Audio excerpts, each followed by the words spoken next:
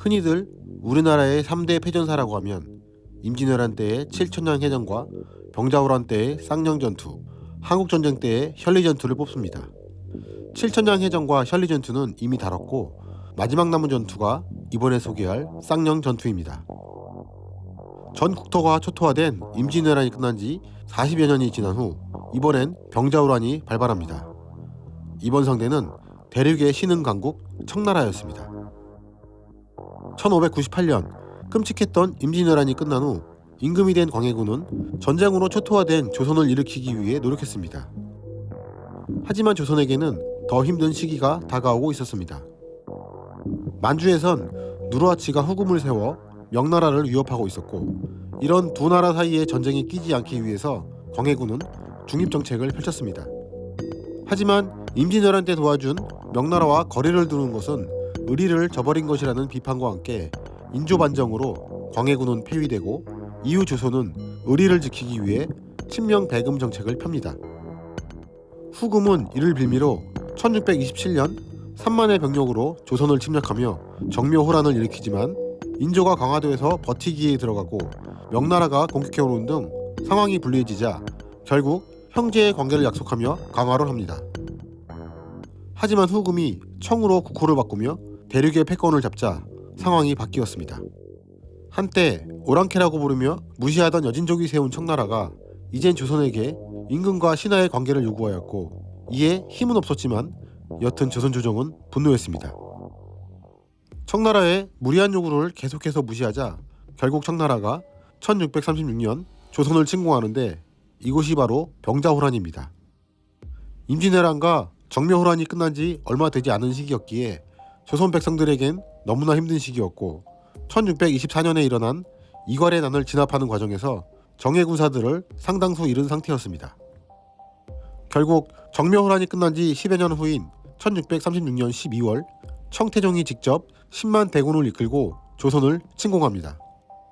청나라군 정예 선발대는 명확하게도 조선 북방에 있던 방어 거점들인 산성들을 우회해 엄청난 속도로 한양으로 진격했습니다. 이 때문에 평안도에 배치되어 있던 임경업 장군의 병력들은 이들을 막지 못했습니다. 전란이 터지자 인조는 정묘호란 때처럼 강화도로 들어가 버티려고 했지만, 이를 예상한 청나라 선발대가 불과 12일 만에 한양 근방에 도달하며 길목을 차단하자 인조는 강화도로 가지 못하고 어쩔 수 없이 남한산성으로 피신합니다. 이후 청태종이 이끄는 본대까지 합세해 남한산성을 겹겹으로 포위하자 위기에 빠진 인조를 구출하기 위해 전국 각지의 병력이 남한산성으로 몰려들었습니다. 특히 경상감사 심연이 이끄는 경상도 근안군은 3만 명 이상의 대군으로 충분히 청나라 군대를 몰아낼 수 있을 것이라 기대를 하고 있던 인조의 마지막 희망이었습니다. 게다가 조선은 임진왜란 때 웨이 조총에 호되게 당한 기억 때문에 조총도 보유하고 있어 화력도 약하지 않았습니다. 다만 이후에 설명하지만 병사들의 훈련량이 부족해 조총을 효과적으로 운영하지 못한 점은 쌍령전투 패배의 가장 큰 원인 중 하나였습니다. 이들과 비교할 수 있는 것이 신 레드라인으로 상징되는 영국군입니다. 크림 전쟁 당시 영국군이 큰 위력을 발휘한 횡대 사격은 한 번의 일제 사격으로 화력이 집중되어 막강한 화력을 퍼부을 수 있지만, 강도 높은 훈련으로 다져진 일사불란함과 통제력이 필수였습니다. 조선군은 이런 강도 높은 훈련이 부족했던 것이었습니다.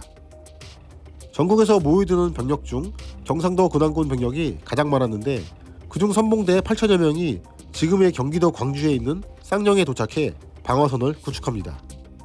하지만 근안군 3만 명이라는 숫자는 과장되었을 가능성이 있으며, 실제 전투에 참전한 선봉대 숫자 역시 논란이 있습니다. 한겨울의 무리한 행군과 전투 준비도 덜 된 대부분 농민으로 구성된 병력이었기에 쌍령에 도착했을 때는 이미 기진맥진한 상태였습니다. 쌍령은 작은 골짜기 양쪽에 두 개의 낮은 언덕이 마주하고 있는 형태로 대규모 병력이 한 번에 주둔할 수 있는 넓은 지형은 아니었습니다. 조선군은 좌측엔 경상자도 병마절도사 허완이, 우측엔 경상우도 병마절도사 민영이 담당하고 있었습니다. 청나라군은 전국 각지에서 남한산성으로 근안군이 몰려드는 것을 알고 있었고, 경상도 근안군을 막기 위해 예상 진군로에 6천여 명의 병력을 준비하고 있었습니다. 1월 3일 청나라군 정찰대 30여 명이 조선군의 위치를 파악하고 좌측을 공격하기 시작했습니다. 신병이 많았던 조선군은 귀한 화약을 무절제하게 사용하는 것을 걱정하여 각 병사들에게 1인당 10발 정도 사격할 양의 화약만 나누어준 상태였습니다. 청나라군이 접근하자 조선군이 집중사격을 시작했고 놀란 청나라군은 바로 후퇴했습니다. 하지만 이때 너도나도 마구잡이로 사격을 해버린 조선군은 화약을 다 써버리고 맙니다. 사격 통제가 제대로 되지 않았던 것이었습니다.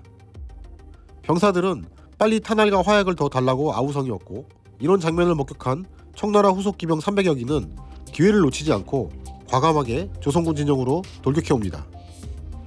재장전 속도가 느린 탓에 조총을 제대로 활용하려면 전방에 적의 기병대를 방어할 수 있는 목책과 창건병을 배치하고 그 뒤에서 사격하는 게 유리했는데, 조선군은 전방에 목책과 조총수들을 배치한 상태였습니다. 청나라 정예 기병대가 순식간에 방어용 목책을 넘어 돌진해오자 조선군은 그대로 무너지기 시작했습니다. 패닉에 빠진 조선군들은 도망가려고 했지만 무질서하게 도망가다가 깔려서 압사하거나 말에 밟혀 죽었습니다. 좌병사 허완은 끝까지 분전했지만 결국 이 전투에서 전사하고 맙니다. 이렇게 어이없게 좌측의 조선군은 무너져버립니다. 좌측의 조선군을 괴멸시킨 청나라군이 우측으로 공격해왔지만 민영이 지휘하는 우측은 조총수도 많았고 나름 잘 훈련된 부대였습니다.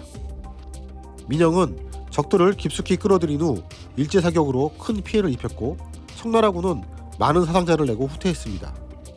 하지만 이들도 좌측 진영과 같은 이유로 무너지게 됩니다. 탄알과 화약을 적게 나눠줘서 병사들의 화약이 일찍 소진된 것이었습니다. 이때 조선군 진영 한가운데에서 화약을 나누어주던 병사가 실수로 불씨를 화약통에 떨어뜨리면서 대폭발이 일어나는 큰 사고가 발생해버립니다. 이 폭발로 조선군 진영은 말 그대로 아수라장이 되어버립니다. 이를 목격한 청나라군은 기회를 놓칠세라 기병들이 목책을 넘어 조선군을 공격했고 조선군은 대혼란에 빠집니다. 이 와중에 지휘를 하던 좌병사 민영까지 전사하자 지휘관을 잃은 조선군은 순식간에 무너지며 도망가기 바빴고, 이 과정에서 서로 밟혀 죽거나 청나라군에게 일방적으로 학살당합니다. 일부 조선군은 불리한 상황에서도 끝까지 처절하게 싸웠지만 이미 진열이 무너지며 승패가 결정된 상태였습니다. 이 전투에서 수많은 정예 포수들과 의병들, 고급 지휘관들을 잃으며 조선군 선봉대는 전멸합니다. 한편 쌍령의 선봉대가 무너졌다는 소식을 들은 경상검사 심연은 겁을 먹고 조령으로 후퇴해버립니다. 결국 마지막 희망이었던 경상도 군항군이 후퇴하자 한겨울의 추위에 신강도 떨어져가던 남한산성에서 47일간 버텼던 인조는 1월 28일 삼전도에서 청태종에게 항복합니다. 삼전도는 지금의 송파구 석천호수 부근의 나루터였는데, 이곳에서 바로 조선왕조 역사상 최대의 굴욕이라는 삼전도의 굴욕을 당합니다. 오랑캐라고 무시했던 청나라에게 조선의 임금이 무릎을 꿇고 이마에 피가 나도록 머리를 조아렸습니다. 또한 전쟁에서 패배한 대가로 조선은 청나라의 신하의 나라가 되었고 많은 조공을 바치게 됩니다. 수많은 조선의 백성들과 2명의 왕자, 소현세자와 복림대군은 인질로 끌려갑니다. 당시 조선의 민초들은 계속되는 전쟁 때문에 너무나 힘든 생활을 하고 있었고 조정에 대한 반감도 극에 달한 상태였습니다. 하지만 그 와중에도 국가를 위해 자진해서 참전한 수많은 의병들이 있었고 불리한 상황에서도 끝까지 목숨을 걸고 싸웠던 장수들도 있었습니다. 특히 임진왜란 때 귀화한 김충선은 66세의 고령임에도 불구하고 직접 잘 훈련된 의병들을 이끌고 출정하여 수많은 적들을 사살했습니다. 쌍용에서 조선군이 허무하게 패하긴 했지만 사실 굉장히 치열한 전투를 벌였습니다. 청나라의 기록에도 쌍용 전투에서 고위 지휘관들이 전사하고 꽤 많은 병력이 전사한 걸로 기록되어 있습니다. 쌍용 전투는 패한 전투이긴 하지만 일반적으로 알려진 사실은 과장된 부분이 많이 있습니다. 조선군은 불리한 상황에서도 강력한 청나라군과 치열하게 싸웠지만 결국 삼전도의 굴욕을 막지 못한 안타까운 전투였습니다.